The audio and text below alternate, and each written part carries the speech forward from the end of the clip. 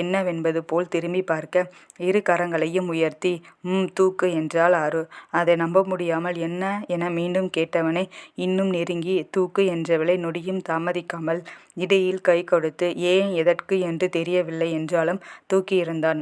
அடுத்த நொடி அவன் முகம் முழுவதும் தன் முத்தத்தால் அர்ச்சித்தவள் இறுதியாக இதழை நோக்கி நெருங்கி வினாடி தாமதித்து பின் அதிலும் தன் முத்திரையை பதிக்க கண்மூடி அவளின் முத்தத்தில் மூழ்கியிருந்தான் அந்த காதல் கணவன் விஹான். இந்த ஆருவின் எதிர்பாராத முத்தத்தில் சுகமாக மூழ்கியிருக்க சில நிமிடங்களுக்கு பிறகு அவனிடமிருந்து விலகி விஹான் முகத்தை கண்ட ஆரு தன்னை அவன் கைகளிலிருந்து விடுவித்து கொண்டு இறங்கினாள்.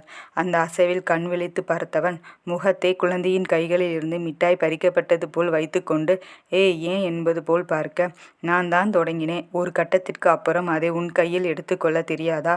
அப்படியே பொம்மை மாதிரி நிற்கிற என போலி கோபத்தோடு முறைத்து கொண்டு ஆரு கேட்க, அவள் எதை சொல்கிறாள் என்று புரியவும் ஆருவின் அந்த செல்ல கோபத்தை ரசித்தபடியே, நான் ஏன் கையில் எடுக்கணும்? என் பொண்டாட்டி எனக்கு தர்ற ஃபர்ஸ்ட் கிஸ், அதை நான் முழுசா என்ஜாய் செஞ்சேன் என கண் சிமிட்டலோடு முகத்தில் குறும்பை தேக்கி விஹான் சொல்லவும், இது ஒன்று தான் குறைச்சல் இல்லை என நொடித்து கொண்டவளை தன்னோடு இழுத்து இணையோடு அழைத்தவன், வேற எதில் குறைச்சல்னு சொல்லி சரி பண்ணிடலாம் என்றான் கொஞ்சலாக.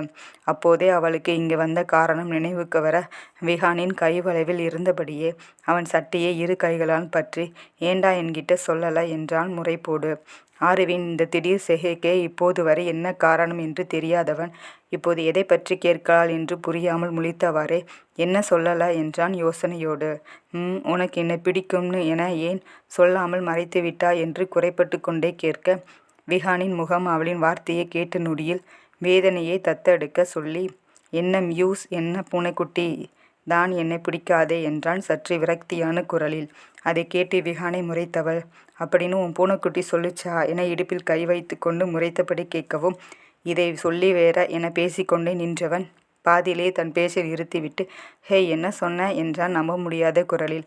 சுரக்காயில் உப்பில்லைன்னு சொல்கிறாங்க என்றபடி அங்கிருந்து நகர முயன்றவளின் கைப்பற்றி நிறுத்தி தன்னை நோக்கி இழுக்க விஹான் மேல் வந்து பூப்பந்து போல மோதி நின்றாள்.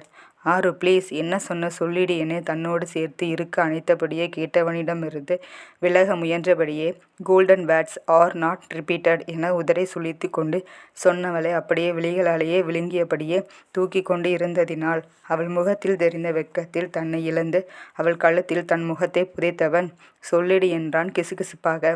அவன் அருகாமையில்